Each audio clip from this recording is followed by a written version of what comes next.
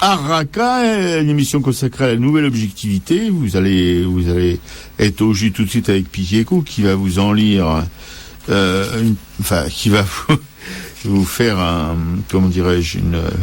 lire un extrait de. Non, c'est pas un extrait. Non. Je vais essayer d'expliquer un petit peu ce qu'est ce groupe de la nouvelle objectivité. Voilà, c'est pas un extrait, c'est elle qui explique. Vous voyez, elle monte en grade peu à peu. Hein. Elle prend tout l'espace peu à peu. Non, je déconne. Enfin, à moitié.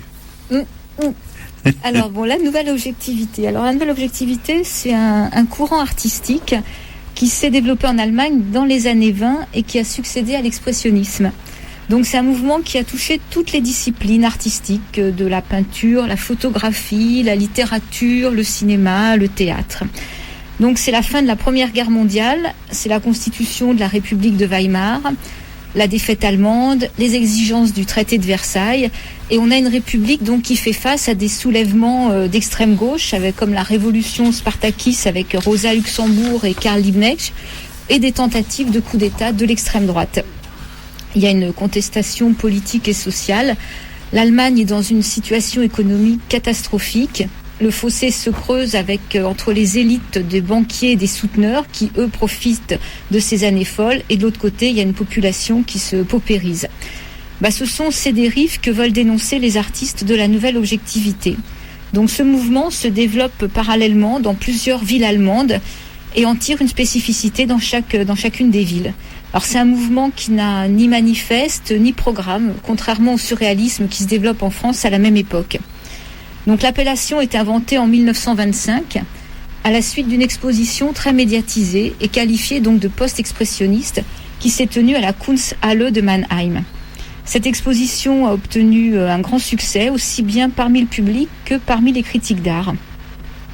On distingue tout de même lors de cette exposition deux branches, celle qui est dite de droite, qui est plutôt raccordée à Karlsruhe et Munich, donc eux qui prônent un retour au classicisme harmonieux, intemporel, alors que dans la branche dite de gauche, qui est plutôt centrée sur Berlin-la-Rouge, s'engage radicalement, elle, dans une vision plutôt froide et cynique de la société. Et aux côtés de ces clivages politiques, on va pouvoir distinguer aussi trois courants artistiques. Le vérisme, donc qui reste ancré dans le politique et le social, et qui évoque le souci de la vérité, donc dans la représentation. Voilà ce que disent les artistes. Nous voulons les choses toutes nues, nous les voulons très claires, presque sans art. La laideur est substituée à la beauté et le grotesque au pathos. Alors les deux autres courants, eux, sont le classique, plutôt en référence à Giorgio de Chirico, et le magico-réalisme de Franz Roh, qui est lui plus proche du surréalisme. Nous, c'est plutôt le premier courant qui nous intéresse plus particulièrement. Donc un courant qui se caractérise aussi par un retour aux techniques anciennes, donc sur une technique avec une mince couche de peinture qui est lisse, aussi fine que possible, comme un métal poli. Et c'est un mouvement donc qui prit fin en 1933 avec l'arrivée d'Hitler. Donc les œuvres véristes du début des années 20 ne pouvaient que provoquer l'hostilité des nazis. Et quand le ministre de l'Intérieur, Wilhelm Frick, déclarait « Il faut en finir avec cet esprit de désagrégation », même ces constructions si froides et si peu allemandes telles que les livres La Nouvelle Objectivité n'ont plus ici aucun rôle à jouer. Et Hitler donne le coup de grâce à ce mouvement quand il déclare à Nuremberg vouloir régler leur compte à tous les bavards dadaïstes, cubistes, futuristes et à leurs sornettes sur le vécu et la réalité. Donc les peintres de la Nouvelle Objectivité perdent peu à peu leur poste dans les écoles ou les académies des beaux-arts où ils enseignaient. Ils sont considérés comme des artistes dégénérés. Et même les artistes qui appartiennent à des courants plus classiques, qui restent dans un premier temps acceptés par le régime, se verront aussi finalement éjectés. Donc la peinture nazie, après, reste effectivement la seule référence. Voilà. On devrait conclure une émission sur l'art nazi, mais c'est pas encore au programme. On ne sait pas si c'est tellement nécessaire, quoique ça éclairerait quand même un peu toutes ces choses dont on vous parle à propos de l'expressionnisme ou de la nouvelle objectivité. Ça ne devrait pas être triste.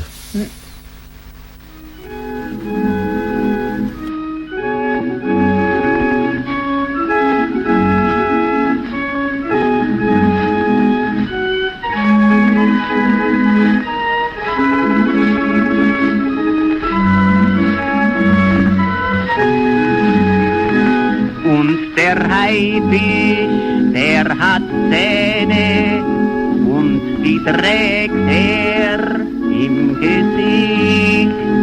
Und Mäckis, der hat ein Messer, doch das Messer sieht man nicht. An dem schönen, blauen Sonntag liegt ein toter Mann am Strand und ein Mensch geht um die Ecke, den man Mäcki Messer nennt. Und Schmulmeier bleibt verschwunden und so mancher reiche Mann und sein Geld hat Mäcki Messer, dem man nicht beweisen kann. Jenny Tauler ward gefunden mit nem Messer in der Brust und am Kai geht Mäcki Messer, der von allem nicht gewusst.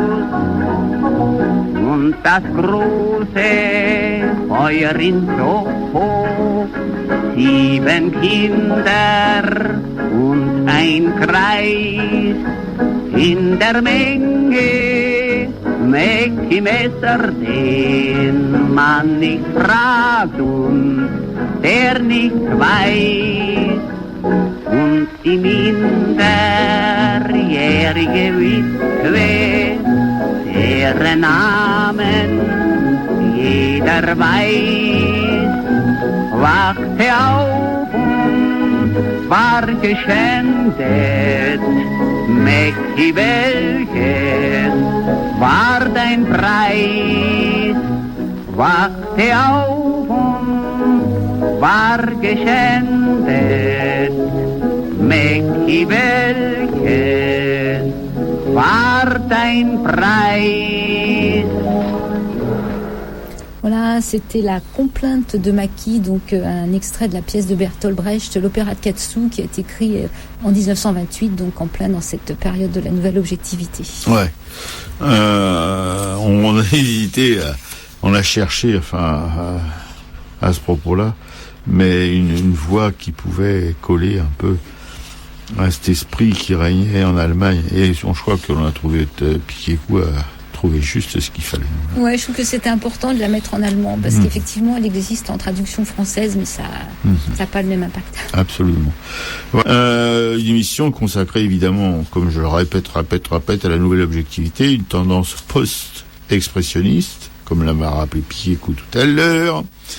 Et un de ces artistes phares, comme on dit dans le beau monde, de cette nouvelle objectivité, c'est Otto Dix. Voilà, Otto Dix. Alors, Otto Dix, je vais vous faire le blabla habituel, il est né où, mais vous dire tout de suite que, en fait, son œuvre se scinde en 2 parties très distinctes. Il y a l'avant-guerre et l'après-guerre. Voilà. L'avant-guerre, où il a un style comme il évoquait Piquet-Coup à propos de la nouvelle objectivité, un style léché, voilà, où il utilisait beaucoup les glacis, etc., qui demandaient beaucoup de temps, beaucoup de précision. Enfin, il a eu des œuvres comme ça assez magnifiques. Hein. Moi, j'adore cette période d'Otto Dix, cette période justement léchée, si on peut dire, parce qu'il y a des choses comme Les Amants inégaux, une peinture de 1925, une tempéra sur bois de 180 sur 100. Voilà.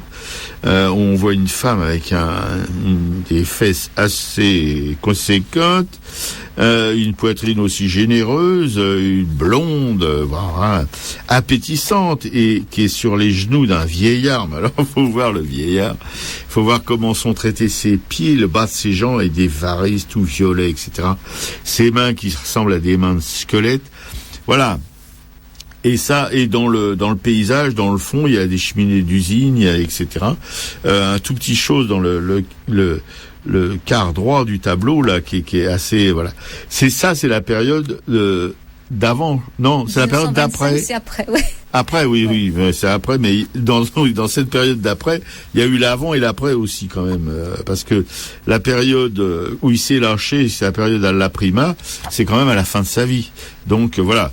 Mais autrement, il y a toute une série de peintures extraordinaires pour moi, en tout cas, assez violentes aussi, comme Trois femmes, une huile sur bois, c'est pareil, un format, à 60 figures, quoi, quelque chose où on voit des femmes évidemment dans une maison close, comme on dit. Voilà. Alors donc il y a la femme un petit peu squelette, un petit peu comme les mannequins d'aujourd'hui, et puis une blonde, voilà, complètement nue. Une espèce d'énorme créature au fond, et en premier plan une femme accroupie, un petit peu comme celle qui était sur le vieillard là, mais elle est rousse celle-là. Voilà, avec c'est quand même alors ça fait penser au début aussi ça rappelle un petit peu quand même Freud. Il y a pas la patte de Freud, puisque je vous dis c'est une peinture très léchée, etc. Mais ces bonnes femmes énormes, ces corps, il n'y a pas que des femmes, il y a des bons hommes aussi énormes, voilà, difformes presque, obèses.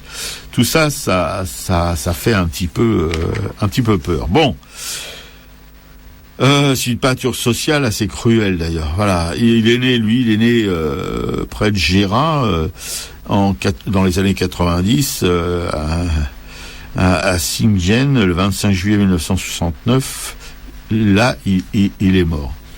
Est un peintre et graveur allemand associé au mouvement de l'expressionnisme et un des fondateurs de la nouvelle objectivité. Voilà.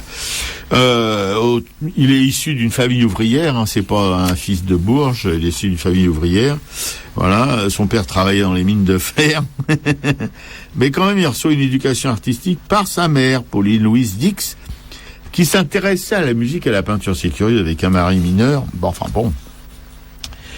Alors, il suit des cours de professeur de dessin, et puis, Dix prend des cours il prend des cours aussi de dessin auprès de Karl Senf, qui doute de l'avenir de son élève en tant que peintre. Voilà. Bon, évidemment, parce que quand on voit ce qu'il fait, à cette époque-là, ça devait quand même poser des questions au professeur. Mais il reçoit quand même une bourse d'études, qui lui permet d'entrer à l'école des arts appliqués de Dresde. Voilà. Bon. Quand la guerre éclate, il s'engage comme volontaire dans l'artillerie de campagne allemande. Voilà. L'année suivante, il est mitrailleur. Bon, il participe à de nombreuses campagnes en Champagne, dans la Somme et en Russie. Voilà. Il a peut-être tué mon grand-père, d'ailleurs. Bon. Donc, il sortira vivant. Ah oui, il a eu du pot. Donc, il a côtoyé quand même la mort de très près. Il sort de la guerre avec des images d'horreur dans la tronche, on comprend un peu pourquoi, et qu'il essaie d'oublier en peignant. Ouais, voilà, c'est ça. Les artistes, ils ont cette chance, en tout cas, c'est qu'ils peuvent expulser un petit peu tout ça sur des toiles, sur des bouts de bois, bref, ou en faisant de la musique, ou en écrivant, que les soldats qui n'ont pas ces possibilités peuvent vraiment virer dingo, quoi. Voilà. Que dire? Bon, alors après, il a donc peint l'après-guerre. Il a peint la guerre aussi. Il a fait des gravures splendides sur la guerre, des dessins, etc., sur les tranchées, toutes ces choses-là. Ouais, à Montreuil, j'avais eu l'occasion, là, au musée de l'histoire vivante, il a fait tout un recueil de plusieurs gravures sur justement d'Askrig. Et il y avait eu quelques-unes d'exposés, c'était vraiment un super boulot, quoi. Ouais, un super boulot, oui. Là, évidemment, moi je le qualifierais d'expressionniste. C'est la nouvelle objectivité, mais bon, je vois pas trop la différence. Tu pourras nous expliquer ça, Dominique, si tu veux, parce que bref. Alors, il peint donc ça à son retour de guerre. Toute son œuvre, en fin de compte, parce que il est parti à la guerre très jeune, hein. Voilà. Et sous le régime nazi, par contre, après la prise du pouvoir en 1933 par on sait qui, Hitler, Dix, alors enseignant à l'université, l'un des premiers professeurs d'art à être viré. On peut comprendre pourquoi. Et en même temps, il est persécuté parce qu'il est considéré comme bolchevique de la culture par les nazis. Voilà. Et la même année, il est menacé de prison et de camp d'internement. Alors il commence une émigration intérieure dans le sud-ouest de l'Allemagne, près du lac de Constance, où il se met à peindre des paysages. C'est pour ce qu'il a fait de mieux. En tout cas, Piquet-Écout n'aime pas trop. Ouais, alors après, effectivement, quand on a regardé un petit peu plus près, on s'est aperçu que finalement, sous le Troisième Reich, c'était la seule chose qu'il pouvait peindre. À peu près, oui. À moins d'être interdit de peindre quoi que ce soit, comme l'était Nold, par exemple, qui a lui aussi subi la hire des nazis, et lui, il avait ni le droit de peindre, ni le droit d'acheter du matériel de peinture. Effectivement, ces paysages font un peu mièvre par rapport à tout le reste. Ouais, bien sûr. Ouais. Voilà. Alors, évidemment, ces œuvres ont été déclarées dégénérées, et il y en a environ 170 qui ont été retirés du musée, et une partie brûlée aussi. Voilà. Oh, ils mollissaient pas, les mecs, ils brûlaient les livres, ils brûlaient aussi les peintures. Hein. Ils explosaient aussi les sculptures. On en a parlé à propos d'un sculpteur, c'est pas allemand, c'est un sculpteur belge. Oui, un sculpteur dont les œuvres avaient été détruites par les Allemands pendant la guerre en Belgique, je pense. Ernest Ballack. Ouais, c'est ça. Ouais, voilà. Alors, artiste dégénéré, à titre d'exemple, il peint la toile intitulée La tranchée. Voilà, déclarée art dégénéré, elle a probablement été détruite par les nazis. Il compose également son triptyque La guerre. Entre 1928 et 1931, le but de cette œuvre n'est pas de provoquer angoisse ou panique, mais de simplement transmettre la connaissance du caractère redoutable de la guerre pour éveiller les forces destinées à la détourner. Évidemment, encore un coup. Ce triptyque, vu comme une prolongation du tableau précédent, est présenté une seule fois dans les expositions à Berlin en 1938. Il est ensuite interdit par les autorités nazies. Voilà. Alors, pour tous ceux qui votent Front National, qui rappellent quand même, si vous voulez continuer à pouvoir aller dans les musées, à aller voir des galeries, à voir toutes les œuvres que vous voulez, que vous pouvez aimer ou détester, mais peu importe, qui sont en libre accès à tout le monde, réfléchissez bien avant de mettre votre bulletin dans l'urne, parce que ces gens-là seront probablement encore plus, comme les nazillons de la dernière guerre, qui foutaient tous les artistes qui leur plaisaient pas, c'est-à-dire les plus intéressants, qui les foutaient au banc de leur société. Voilà. En 1938, il est arrêté et enfermé pendant 2 semaines par la Gestapo. Voilà. Et durant ces temps difficiles, il peint une représentation de Saint-Christophe dans le style des grands maîtres à la demande de la brasserie de Kostritz. Oui, bon. Il participe par obligation à la Seconde Guerre mondiale. Il sert sur le front occidental, 44-45, et il est fait prisonnier en Alsace par les Français. Voilà. Et de la fin de la guerre jusqu'à sa mort, Disques s'éloigne des nouveaux courants artistiques allemands.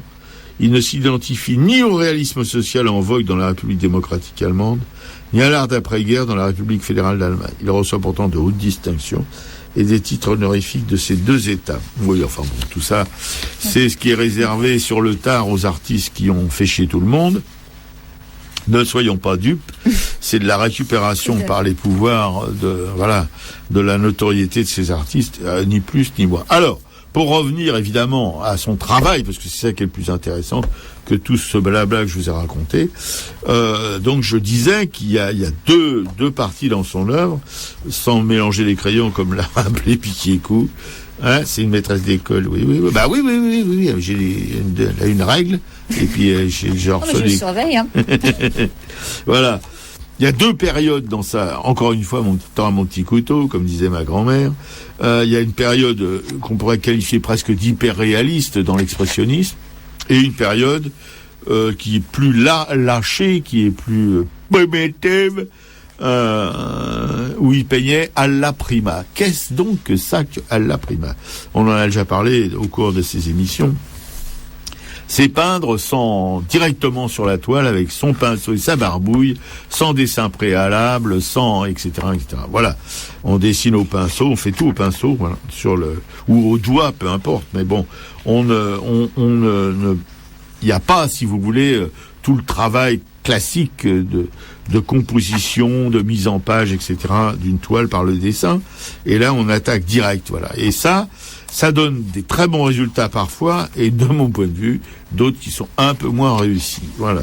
Comme par exemple ici, là, j'ai Et une vie nouvelle naît dans des ruines, une huile de 100/80.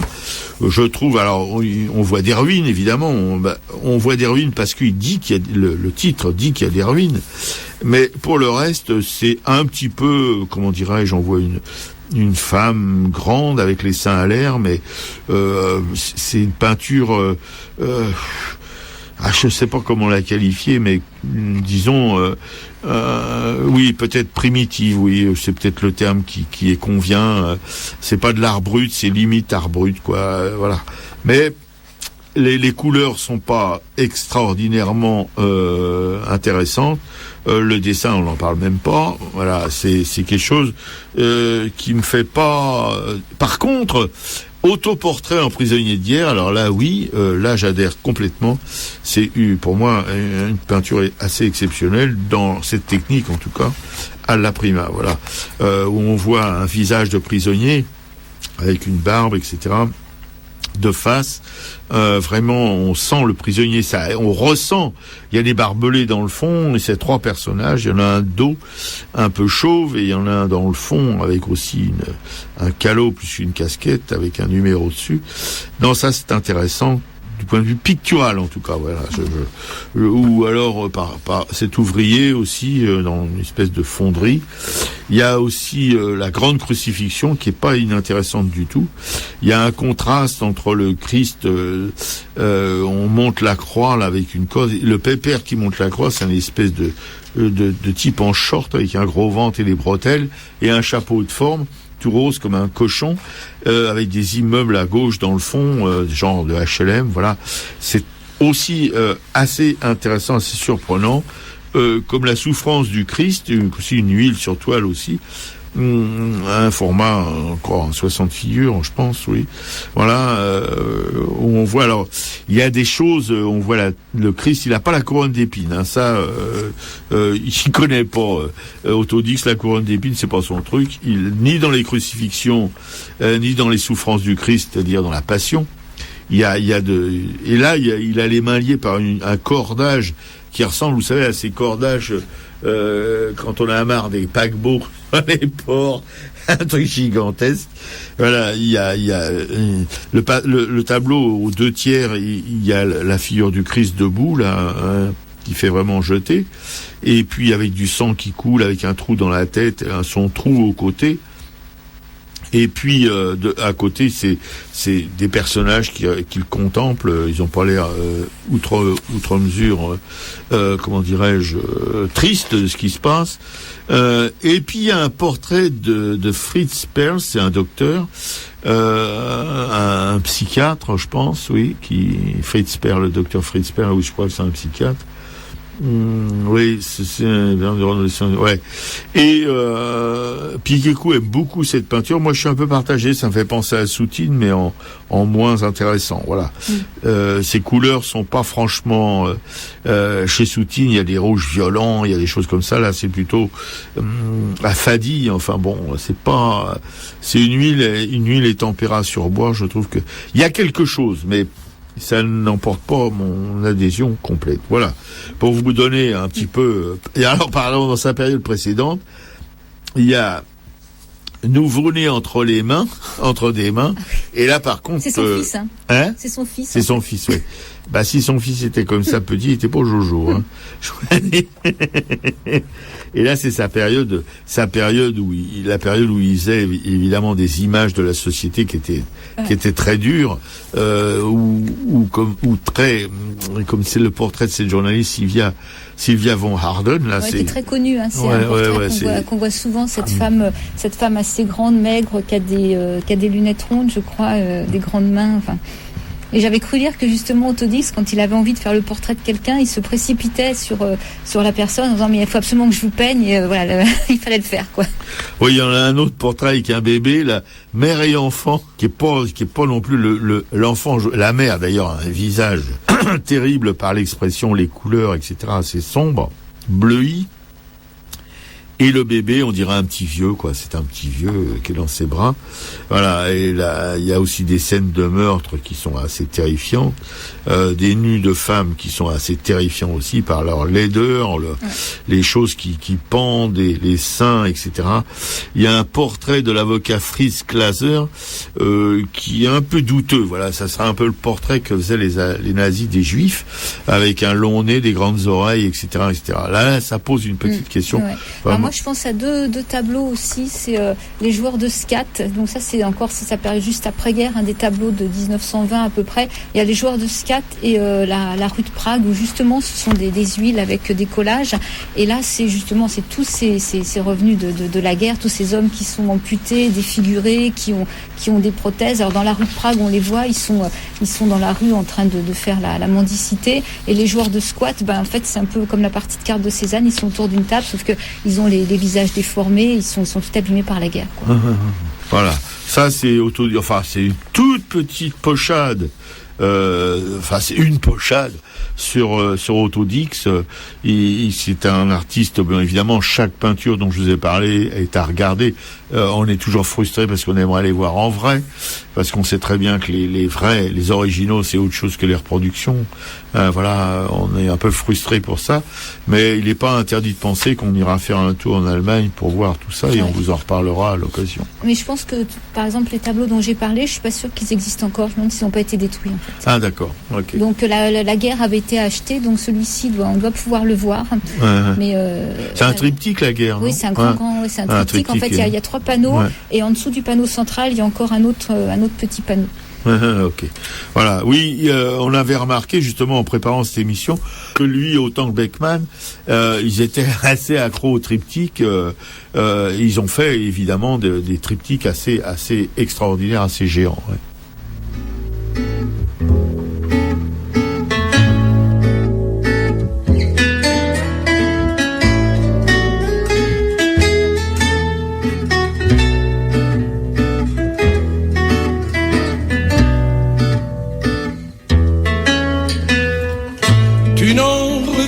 Pas, toi qui courais les filles, jeune homme dont j'ai vu battre le cœur à nu, quand j'ai déchiré ta chemise, et toi non plus, tu n'en reviendras pas, vieux joueur de manille.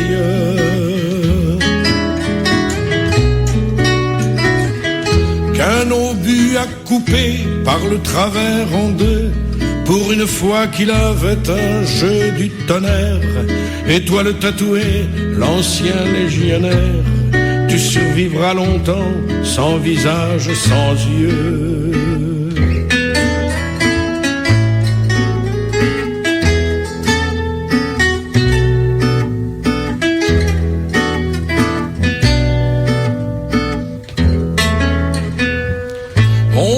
Dieu sait pour où, ça tient du mauvais rêve.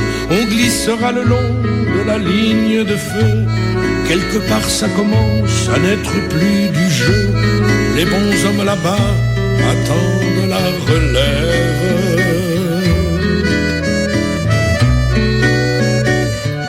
Roule au loin, roule le train des dernières lueurs. Les soldats assoupis que ta danse secoue laissent pencher leur front et fléchissent le cou. Cela sent le tabac, la laine et la sueur.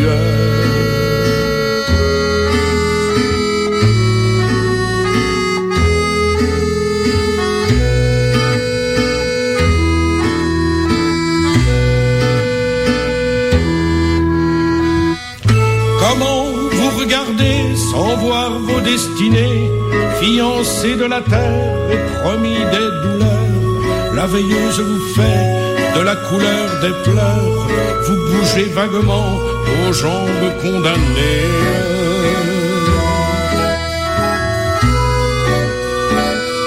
Déjà la pierre pense où votre nom s'inscrit, déjà vous n'êtes plus qu'un mot d'or sur nos places.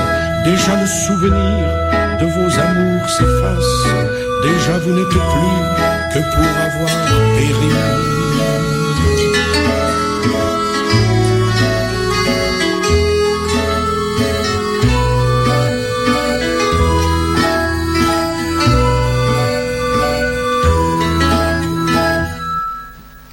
c'était Marc Augeret qui interprétait « Tu n'en reviendras pas ». Ah, Racaille, l'émission sur la nouvelle objectivité. Voilà, c'est le post-expressionnisme. Voilà, avec... j'ai bien pris ma leçon. Hein. Très bien, là, c'est avec top. Autodix, dont je viens de vous brosser une pochade. Vous allez la jouer. Hein.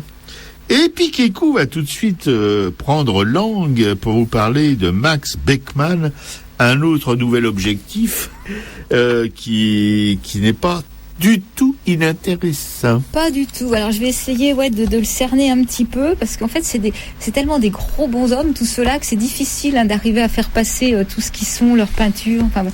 Donc Max Beckmann, en fait on pourrait le surnommer, c'est un grand raconteur de mythes et un peintre d'histoire aussi. Donc voilà, il est né à Leipzig en 1884, il est mort à New York en 1950.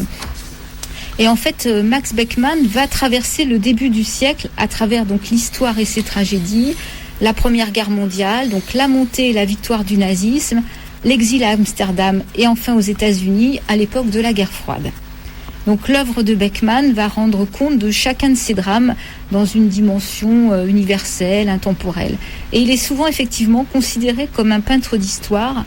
Et il parle de son devoir de peindre, entre guillemets, des grandes actions dramatiques à contenu humain. Ah bah ça, on est gâtés.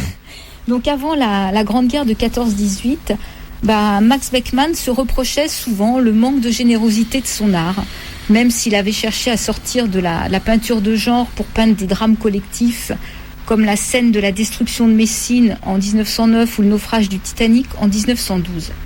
Mais la guerre va lui permettre de changer radicalement son style. Alors, il s'engage comme volontaire dans les services sanitaires de l'armée allemande et connaît par contre dès 1915 une profonde dépression physique et psychique. La guerre l'arrache à ses préoccupations matérielles, comme de vendre ses toiles, et à ses passions privées. Et comme il le dira à sa femme Minatube, la guerre sera pour lui et pour son art entre guillemets, un miracle. Un miracle parce qu'il aura accumulé en quelques mois l'intensité d'expérience de toute une vie, ce qui va modifier considérablement dès 1915 son langage pictural. Tout ce qu'il a fait jusque-là en peinture n'est que simple apprentissage. Ses contemporains ne peuvent que constater qu'en 1909, plus aucun lien n'existe avec ses œuvres antérieures.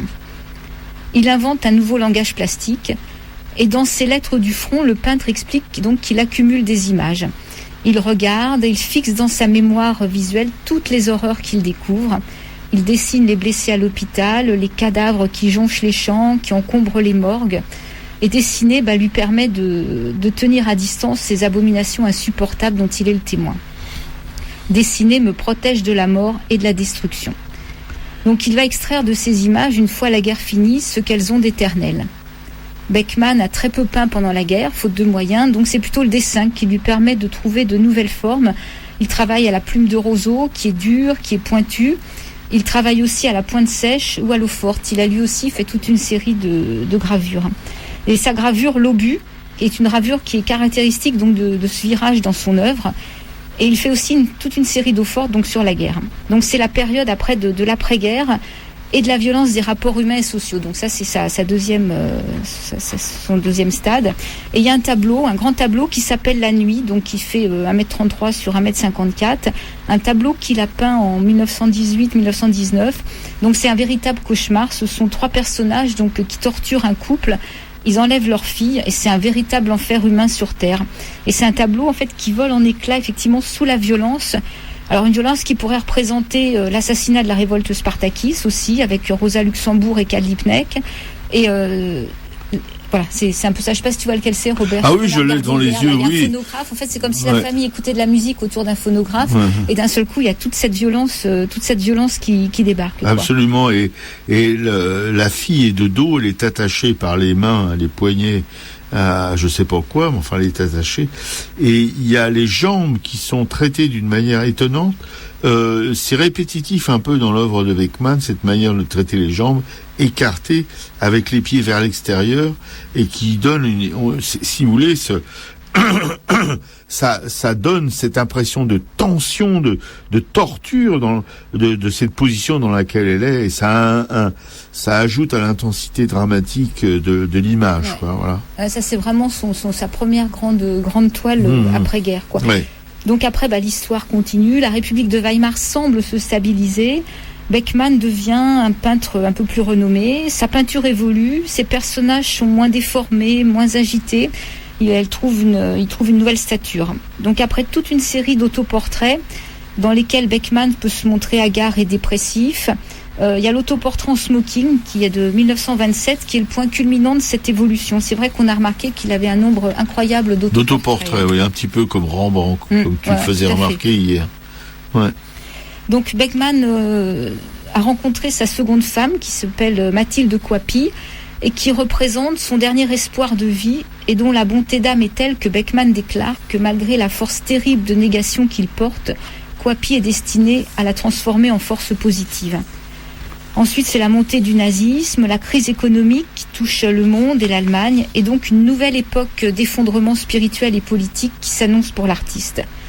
Déjà en 1925, lors d'un voyage dans l'Italie mussolinienne, Beckmann avait mis en lumière le vrai visage du fascisme dans un tableau intitulé Galleria Umberto, donc c'est pareil, une grande huile sur toile.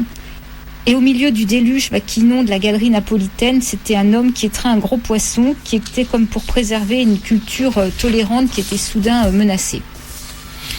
En 1932-1933, il réalise un triptyque qui s'appelle Le Départ.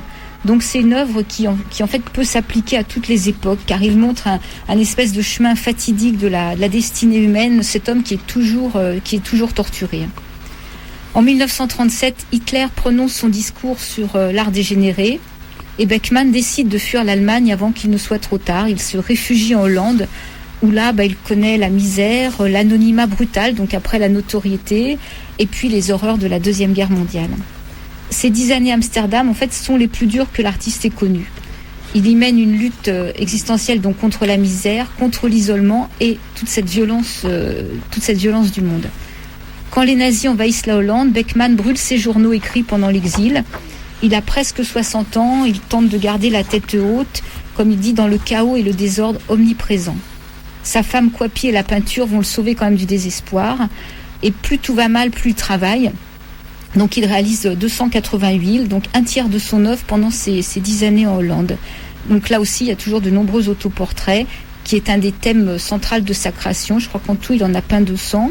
Donc en fait, c'est une sorte d'introspection sans pitié à son égard. Ayant enfin obtenu son visa à 63 ans, Beckmann part pour Saint-Louis du Mississippi où il enseigne puis il s'installe à New York. Donc là, il est attendu comme une star, mais après ces années de concentration intérieure et d'exil, en fait, il a peur de servir de divertisseur. Donc il découvre aux USA une vitalité débordante, comme il dit, l'érection massive d'une volonté inouïe, la terrible fureur des sens. Donc ça, il en parle dans son discours de Londres. Il faut dire que Beckmann a beaucoup écrit. J'ai emprunté un livre en bibliothèque, ce sont tous ses écrits, donc aussi bien le journal, donc les parties de son journal qui sont restées, qui comprennent des lettres de guerre, des lettres à sa femme, sa première femme Mina, des lettres qu'il écrit à Coipy. Et donc il y a ce discours de Londres. Mais bon, c'était difficile de choisir un extrait. Il finira donc par se jeter donc avec fougue dans cette nouvelle existence américaine. Et donc techniquement, sa peinture connaît aussi une mutation. L'Amérique fait passer dans les tableaux de Beckmann des coloris plus variés, éclatants. Et là, il y a aussi de très larges cernes noires.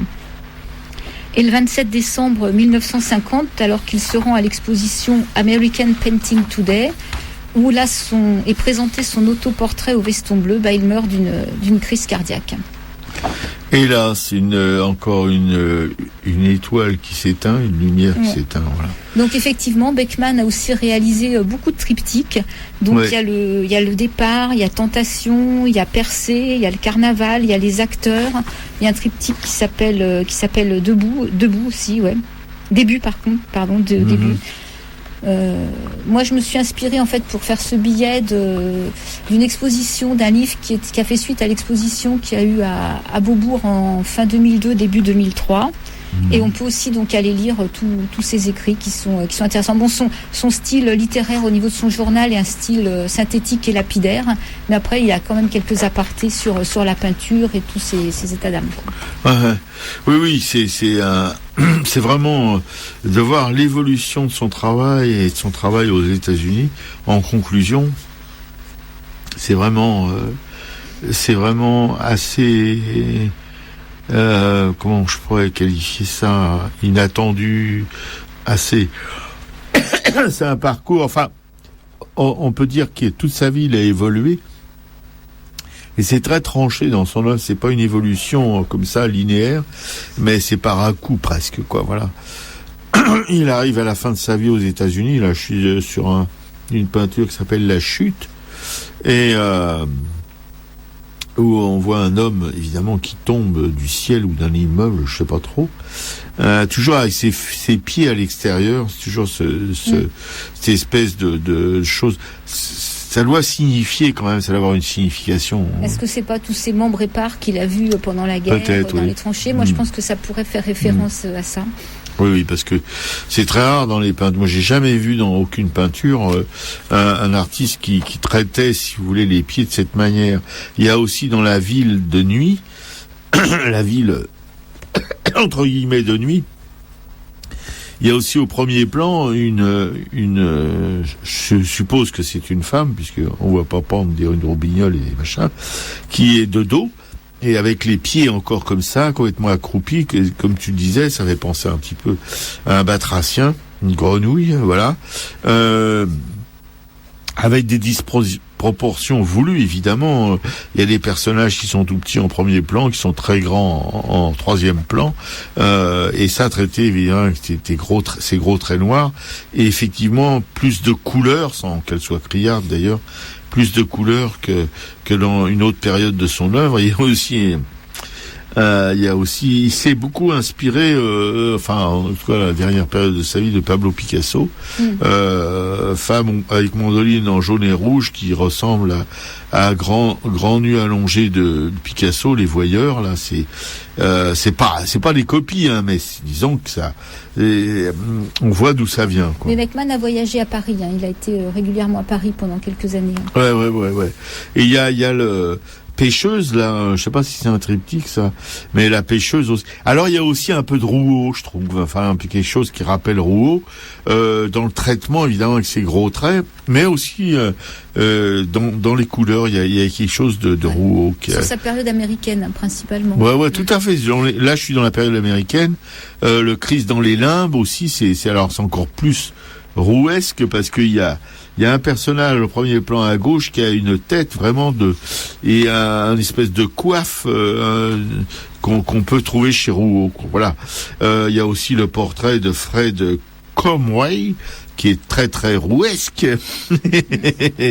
Non, sa période américaine, je trouve qu'il a quand même là un côté Rouault assez prononcé. Voilà, mais c'est intéressant, c'est pas Rouault en même temps, mais bon, on pourrait penser que, disons que les artistes, particulièrement les grands, enfin ceux qu'on qualifie de grands, ils sont un peu comme des éponges, quoi. Ils piquent un peu. Parce qu'il a fait aussi, oui, justement, tous ces triptyques, le carnaval, les acteurs, c'est aussi sa période américaine. Et ça, ça fait penser au tableau de clown de Rouault, effectivement. Oui, tout à fait. Il a même copié un du trio, enfin, une vie de Montmartre, c'est assez intéressant, voilà.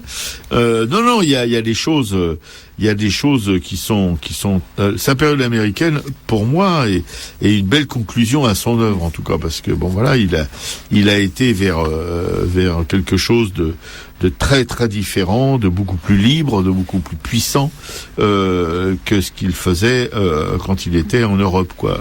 Et ça, je pense que c'est l'Amérique, comme il dit, avec la vitalité, avec le mouvement, l'énergie qu'il y avait dans ce pays, qui l'a complètement sauvé, qui a peut-être hâté sa mort aussi d'ailleurs. Ouais, et c'est vrai que contrairement à Georges Grosz, qui lui était parti aux États-Unis et qui est revenu en Allemagne, effectivement, Beckman ne reviendra pas en Allemagne. Non. Et souvent, c'est vrai que Georges Grosz est un artiste qu'on associe aussi à ses absolument, à Beckman. Ouais. Bah, pour moi, Georges Grosz, c'est le plus intéressant, parce que bon, d'abord, je le connais depuis un bon moment, pas personnellement, hein, mais je le connais, et je trouve il fait la synthèse de tout ça, quoi. Je trouve que son œuvre, pour moi, c'est celle qui marque vraiment cette période. Voilà. Et lui, non, il s'est jamais adapté à l'Amérique, Grosz, contrairement à Beckman. Et quand il a pu se tirer, il s'est tiré tout de suite, quoi. et il est mort dans son pays, il est mort à Berlin, dans sa ville, voilà. En cours d'une promenade, assis sur un tas de pierres, je pense, ou sur un banc, je sais plus, dans les ruines de Berlin. Voilà. Une belle conclusion à son œuvre aussi, à lui, mais pas en Amérique, mais en Allemagne, un peu fidèle. Enfin, je peux comprendre, il y a beaucoup d'artistes français, même français d'origine russe, etc., comme Chagall, ces gens-là qui sont partis en Amérique pendant la guerre, qui ont pu s'échapper. Et ils ont jamais réussi à s'adapter. Et ils sont revenus le plus vite. Quand ils ont pu, ils sont revenus dardard en Europe, quoi, parce que c'était là, le pays qu'ils avaient adopté, c'était le nôtre. Enfin, là, vous voyez là, oh, tiens, patriotisme ringard du nationalisme attardé. Mais bon, c'est là qu'ils avaient connu qu'ils avaient passé leur jeunesse, voilà, ils sont revenus. On a toujours un peu. Moi, j'ai été en usine pendant 25 ans dans le Sud, et je suis revenu crever ici à Paris. Hein. Bon, bah alors, comme Chagall, comme tous ces gens-là, sans avoir leur talent. Bon.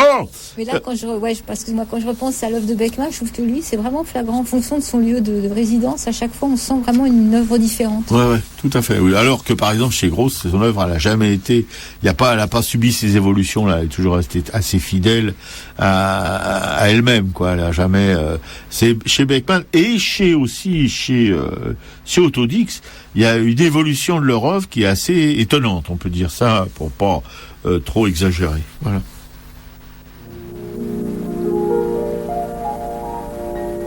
Bei der Kaserne vor dem großen Tor steht ne Laterne und steht sie noch davor. Da wollen wir uns wiedersehen. Bei der Laterne wollen wir stehen, wie einst Lili Marleen, wie einst Lili Marleen. Unsere beiden Schatten sahen wie einer aus, dass wir lieb uns hatten, das sah man gleich daraus.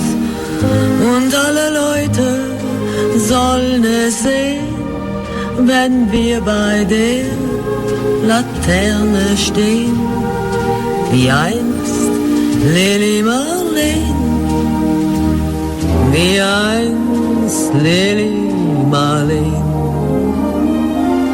Deine Schritte kennt sie, deinen schönen Gang. Alle Abend brennt sie, doch mich vergaß sie lang. Und sollte mir ein Leid geschehen, wer wird bei der Laterne stehen?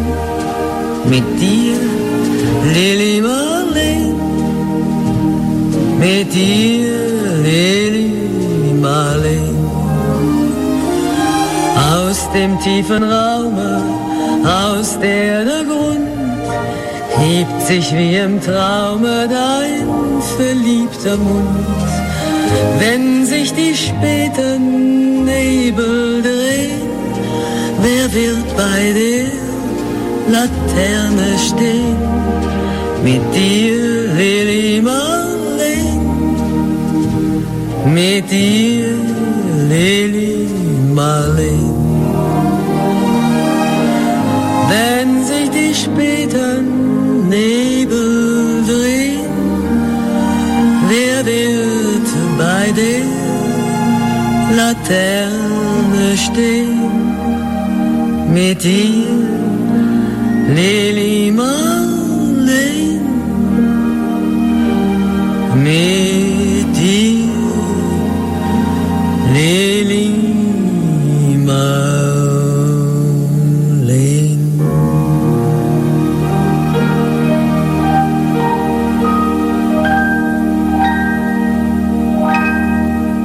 C'était Lili Marleen, interprétée par Marlène Dietrich. L'inévitable Lili Marleen, qui était chantée d'ailleurs aussi bien par les Bobby, je vais dire une connerie, par les soldats anglais que par les soldats allemands. Voilà, en anglais, elle était traduite en anglais, évidemment. Mais c'est justement pour ça qu'appelait cette personne, parce qu'elle disait que ça représentait aussi une partie des gens qui avaient voté pour Hitler. Alors moi, c'est vrai qu'avant de programmer cette chanson, j'ai quand même bien regardé la biographie de Marlène Dietrich, qui a toujours été opposée au nazisme. Ouais, tout à fait. Et puis je vous dis, les soldats anglais, elle la chantait en anglais, elle l'a chantait en anglais aussi pour les soldats anglais. Voilà, donc c'était les deux côtés de la mer, c'était la même chanson qui berçait les soirées militaires. Voilà.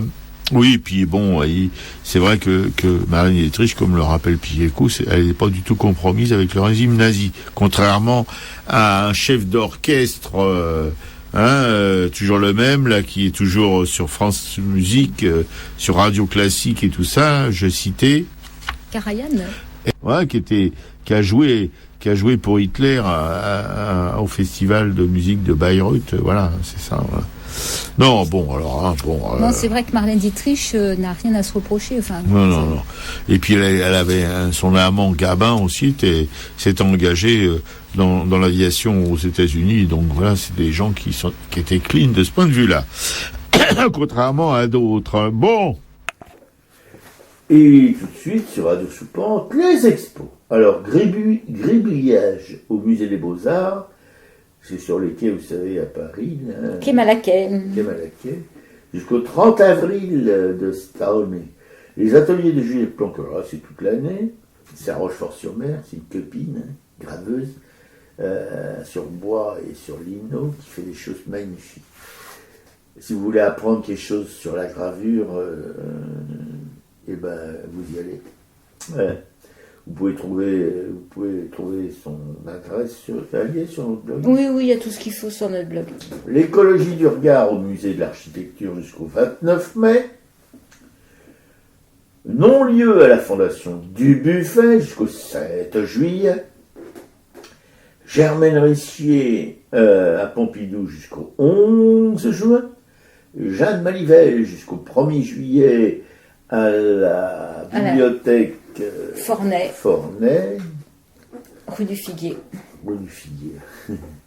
où habitaient les arrière-grands-parents de ma camarade quand ils sont revenus de Russie. Loulé à la galerie Estade, 17 place des Vosges jusqu'au 8 mai. Et sachant que la galerie a écouté notre émission sur Loulé, que l'artiste l'a écouté, qu'il a bien aimé et qui nous propose de les rencontrer donc ce samedi après-midi dans la galerie, quoi. Voilà. Donc ça veut dire que Loulé sera, si ça vous intéresse, il sera présent samedi après-midi dans la galerie. Voilà. Les pastels de Millet et Redon jusqu'au 2 juillet, c'est au musée d'Orsay, ainsi que Manet et Degas jusqu'au 23 juillet, toujours au musée d'Orsay. Les pastels toujours. Non, pas forcément des pastels. Manet et Degas. Non, les pastels, c'est de Millet à Redon. Bon. Et puis le culturel, alors là, je laisse la parole à ma camarade, mais qui a une vie intellectuelle tellement intense que j'en suis abasourdi. Non, pas vraiment. Voilà, alors un film qu'on a commencé à regarder ensemble, mais sur un ordinateur qui battait de l'aile, donc c'est-à-dire mon ordinateur. Donc ça ne fonctionnait pas, donc je l'ai regardé toute seule. Chez moi, c'est La Conspiration du Caire. Donc c'est un film suédois réalisé par Tariq Saleh, qui est égyptien mais qui ne peut plus tourner, qui est persona non grata en Égypte. Et donc c'est un film qui raconte l'histoire d'Adam, qui est un simple pêcheur, qui va être admis à une université au Caire, mais c'est une institution sunnite. Et là, il va se retrouver au centre de conflits d'intérêts. Il va être pris entre le pouvoir, c'est-à-dire que le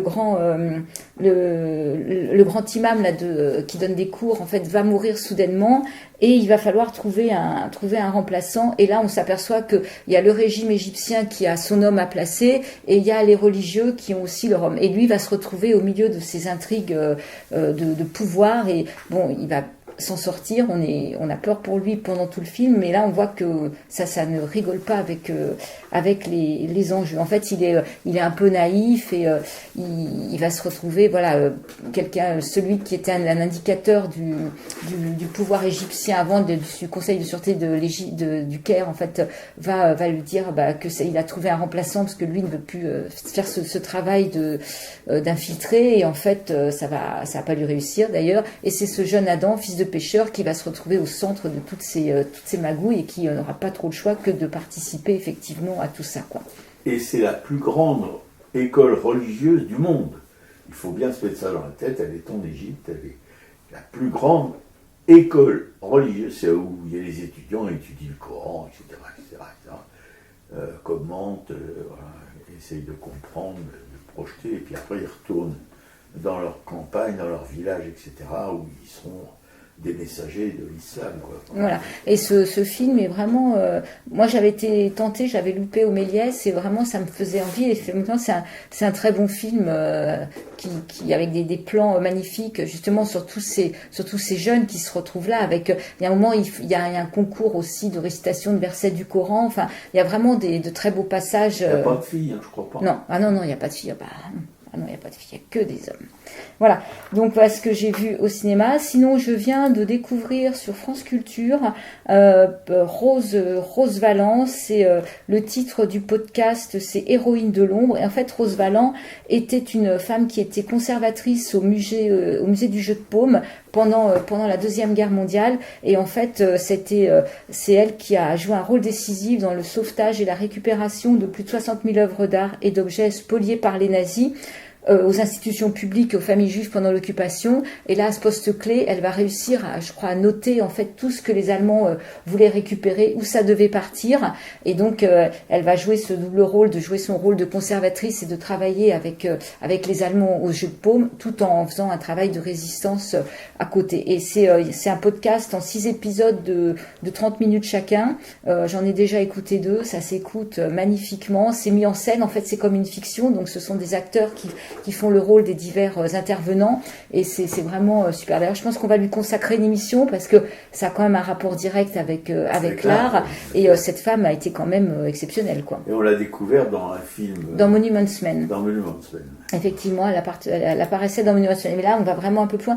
Et c'est sur les 2 épisodes que j'ai écoutés, il y a vraiment des références historiques très précises sur qui est à quel endroit, et on s'aperçoit qu'effectivement, c'est véreux à tous les niveaux. C'est véreux dans les marchands d'art français qui vont négocier avec les Allemands. C'est véreux même dans les Allemands, les nazis eux-mêmes, entre ceux qui travaillent pour Göring, pour Hitler, ce qu'Hitler voulait donc faire ce plus grand musée. Et on s'aperçoit du monde, voilà. Et on s'aperçoit que même eux vont à leur profit voler des œuvres d'art. Enfin, c'est vraiment du glauque partout, quoi. La guerre est propice.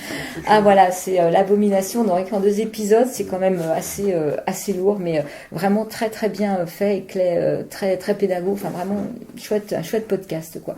Et j'ai lu Mona Chollet, Réinventer l'amour, avec en sous-titre Comment le patriarcat sabote les relations hétérosexuelles. N'est-ce pas, Robert? Ça valait le coup quand même que tu entendes ça. Mais moi, je ne sabote rien.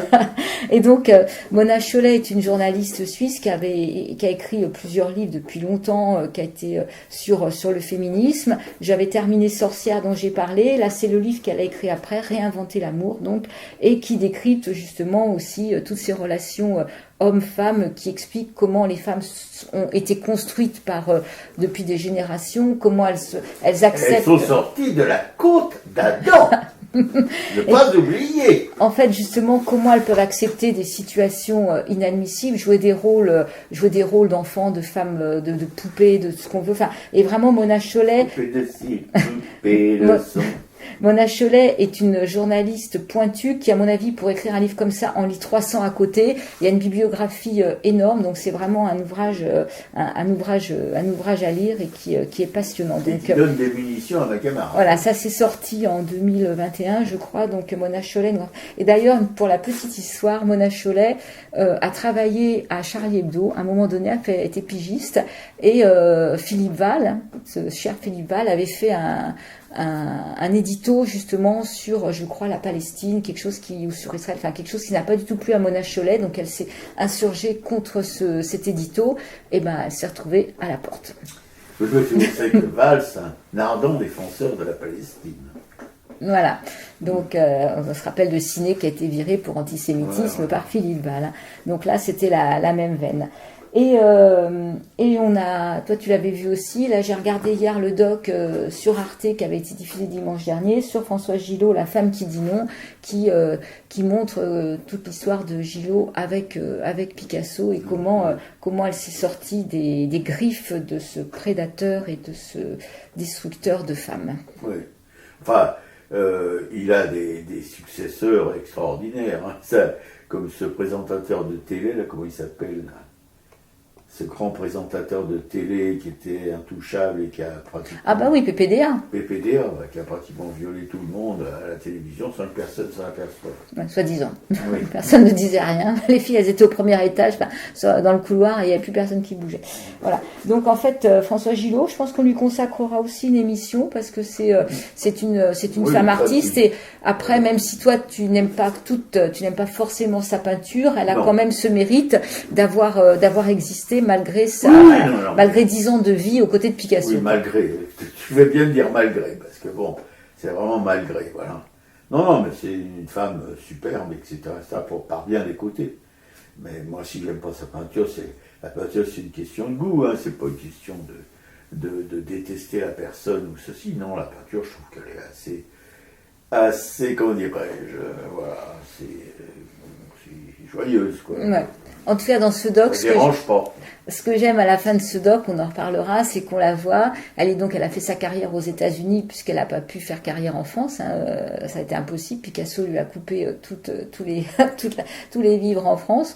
Et les galeries ont fait allégeance aussi à Picasso en refusant d'exposer Gillot. Donc elle a fait carrière aux États-Unis. Et à la fin de ce doc, elle a pratiquement 100 ans et elle expose et on la voit rayonnante. Ouais.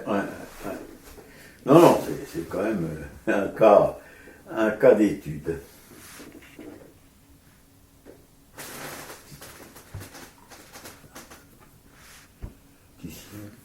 On continue la fin.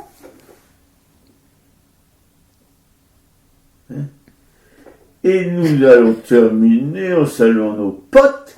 Avant, je rappelle que vous êtes sur Radio Sous-Pente, la station des Rapins, 100 fois 100 lois et 100 courbettes, qui émet depuis un petit garni tout pourri et diffuse sur internet aracaille.fr. Et on salue nos amages, une vieille habitude, hein, de vieux cons. Bon, attention à ne pas sauter le bille, ça c'est pour moi. Claude et André de la Nation, cher Claude et André. Claude et William, cher Claude et William, nos potes de Brest. Bah oui, alors moi je veux savoir s'ils ont déménagé quand même. Ah ouais, quand même, vous pourriez donner un petit signe de vie, hein, les poteaux, quand même. Entre deux manifs. Entre deux. Ah oui, c'est peut-être les manifs qui les empêcheraient, ouais, bien sûr. c'était quand même, c'est des purs et durs, hein, nos Ouais, potes. voilà, ils ont dû se faire comme un petit peu houspillés par les Castiers à Pointe. Jean-Paul Souvraz, un grand peintre de Schnorr qui habite à Coudekerbranche, dans la banlieue de Dunkerque. Un grand peintre, mais un grand humaniste. Thierry Morciot, un grave... Ah non, oulala, j'ai sauté des lignes, là, ouais. Claudine, une pote à ma camarade de Pacalto. Corinne, une tapissière de génie qui essaye timidement d'exposer, mais enfin, les galeries, hein, elle est en contact avec une galerie, alors peut-être que ça va marcher, on lui souhaite de tout nos cœurs. Frédéric, un poteau de Corinne et qui vit à Lille, voilà, qu'on adore aussi, hein, mon pote. Juliette Plante, une graveuse émérite, en relégation Rochefort-sur-Mer, ça on vous en parle, qui anime des stages de gravure et qui aussi participe à une émission sur une radio du coin, là, du côté de Rochefort, Radio Bigaille.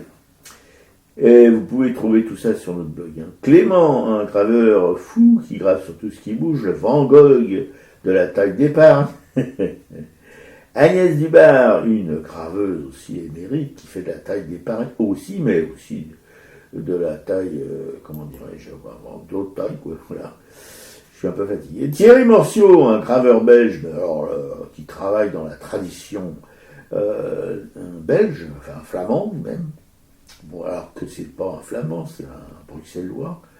Bruxelles, il y a tout le monde, quoi. C'est au cœur des Flandres, mais bon, il y a beaucoup de Belges qui sont, c'est pas les Belges, qui sont des Français, quoi. Voilà. Des Wallons. Des Wallons, 2 fois. Alice Amoroso, une jeune graveuse magnifique, ainsi que Rolo Villula, qui sont potes à elle. des graveurs en taille d'épargne aussi, voilà, qui font des boulots magnifiques. Colette et Jacqueline, 2 femmes de peintres, et Colette surtout, c'est Jacqueline maintenant, semble un petit peu éloignée. Ouais, on n'a pas de nouvelles, ouais. Non. Mais enfin, Colette est toujours bien, est toujours aussi gaillarde, et elle défend l'œuvre de son défunt compagnon, Odon, un plasticien magnifique. Enfin, on l'a vu des œuvres à lui, c'est vraiment renversant de boulot et de beauté en même temps. Liliane et Laurence, 2 écrivaines de polar, qui signent sous le nom de Claude Isner leur polar. Voilà, on va vous en parler bientôt, parce qu'il y a un 5e volume qui va elles en ont écrit plus de 5, mais bon, d'une série qui va sortir bientôt. Voilà, Geneviève, notre sorcière bien-aimée, qui, on l'espère, en tout cas, toujours sa petite place au chaud dans son petit bistrot au pied de son immeuble. Marie-Christine et Christophe, 2 militantes chez Mêlée. Cécile, tu la sens dans la 5e puissance. Oui, Cécile, on la sent et on t'aime. La Rousse Flamboyante, qui anime 2 émissions le mercredi après-midi sur une radio Omni. Hein, La Rousse Flamboyante. Une émission pour les enfants, une pour le papa et le maman. Voilà, magnifique aussi. Il faut dire que La Rousse Flamboyante, dans un passé un petit peu, pas très récent en tout cas, a été enseignante, et ça laisse des traces. Anne-Isabelle Roubaille, une peintre de Boron-Marlotte, dont nous avons découvert l'œuvre magnifique dans la librairie de Florence Quenu, L'Empreinte, toujours à Boron-Marlotte. Dominique Paula Lardouin, une galériste dont on chérit souvenir, ainsi que celui de sa maman, Thérèse Franco. Marie-Pierre, une collectionneuse chérie aussi, une collectionneuse sur chérie. Marie Degnaud, une galériste qui en ce moment expose vraiment des pointures là, dans sa galerie rue Mazarine, de l'autre côté de la Seine, sur la rive gauche, alors qu'avant elle était sur la rive droite. C'est quelle école qu'elle expose en ce moment? Ah bah toujours la nouvelle figuration, c'est un peu sa spécialité, mais là je crois qu'elle est au Salon Art Paris en ce moment. D'accord. Antoine Menory du trio des Champignons, Anna Sinoraska, qui est une pote à ma camarade Pachacho, une voisine pour tout dire, mais qui est une peintre, mais il faut voir comment ça déménage. On l'adore. Et elle est maître de conférence en plus à l'île, si gâte rien. Carmine Brescia, une décoratrice d'intérieur qui pèse son poids, pas son corps, mais son travail. Mon pote Jacques Duchemin, voilà, que j'ai connu dans des circonstances très très particulières, et qui m'envoie tous les ans un petit mail le jour de mon anniversaire. C'est le seul que je reçois du monde. Voilà. Et bon, il y a encore plein de potes et de potesses qu'on salue, mais on ne peut pas non plus faire qu'une émission en alignant des noms. Hein. Ça se fait pas, quoi. L'émission est à l'écoute sur notre blog arracaille.fr, et tout de suite on se finit avec Faut vivre de notre camarade chérie Mélisse. Ouais, salut à tous. Salut les copines, salut les copains.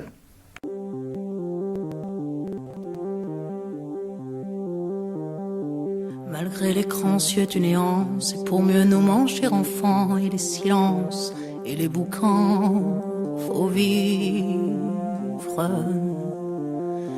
Et bien qu'aveugle sur fond de nuit, entre les gouffres infinis, des milliards d'étoiles qui rient, faut vivre. Malgré qu'on soit pas toujours beau, et que l'on ait plus ses 16 ans, et sur l'espoir, un chèque en blanc, faut vivre. Malgré le cœur qui perd le nord, au vent d'amour qui souffle encore, et qui parfois encore nous grise, faut vivre. Malgré qu'on n'ait pas de génie, n'est pas Rimbaud qui veut pardir, et qu'on se cherche un alibi. Malgré tous nos morts sans coquette qui errent dans les rues de nos têtes, faut vivre. Malgré qu'on soit brave et salaud, qu'on ait des complexes à gogo et qu'on les aime, c'est ça le pire, faut vivre. Malgré l'idéal du jeune temps qui s'est usé au nerf du temps et par d'autres prix en chantant, faut vivre. Malgré qu'en se tournant vers le passé, on est effrayé de s'avouer qu'on a tout de même un peu changé, faut vivre. Malgré que l'on soit de passage, qu'on vive en fou, qu'on vive en sage, tout finira dans un naufrage, faut vivre. Malgré qu'au ciel de nos poitrines, en nos sentinelles endormies, dans un bruit d'usine gémit, le cœur aveugle qui funambule sur le fil du présent qui fuit, faut vivre. Malgré qu'en nous un enfant mort s'il peut parfois remuer encore comme un vieux rêve qui agonise, faut vivre. Malgré qu'on soit dans l'engrenage des notaires et des héritages où le cœur s'écœure et s'enlise, faut vivre. Malgré qu'on fasse de l'humour noir sur l'amour qui nous en fera boire jusqu'à ce qu'ils nous disent au revoir, faut vivre. Malgré qu'à tous les horizons, comme un point d'interrogation, la mort nous regarde d'un œil ivre, faut vivre. Malgré tous nos serments d'amour, tous nos mensonges jour après jour, et bien que l'on n'ait qu'une vie, une seule pour l'éternité, malgré qu'on la sache rater, faut vivre.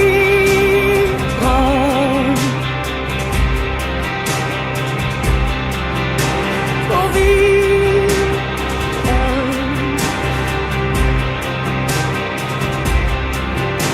Faut vivre. Faut vivre.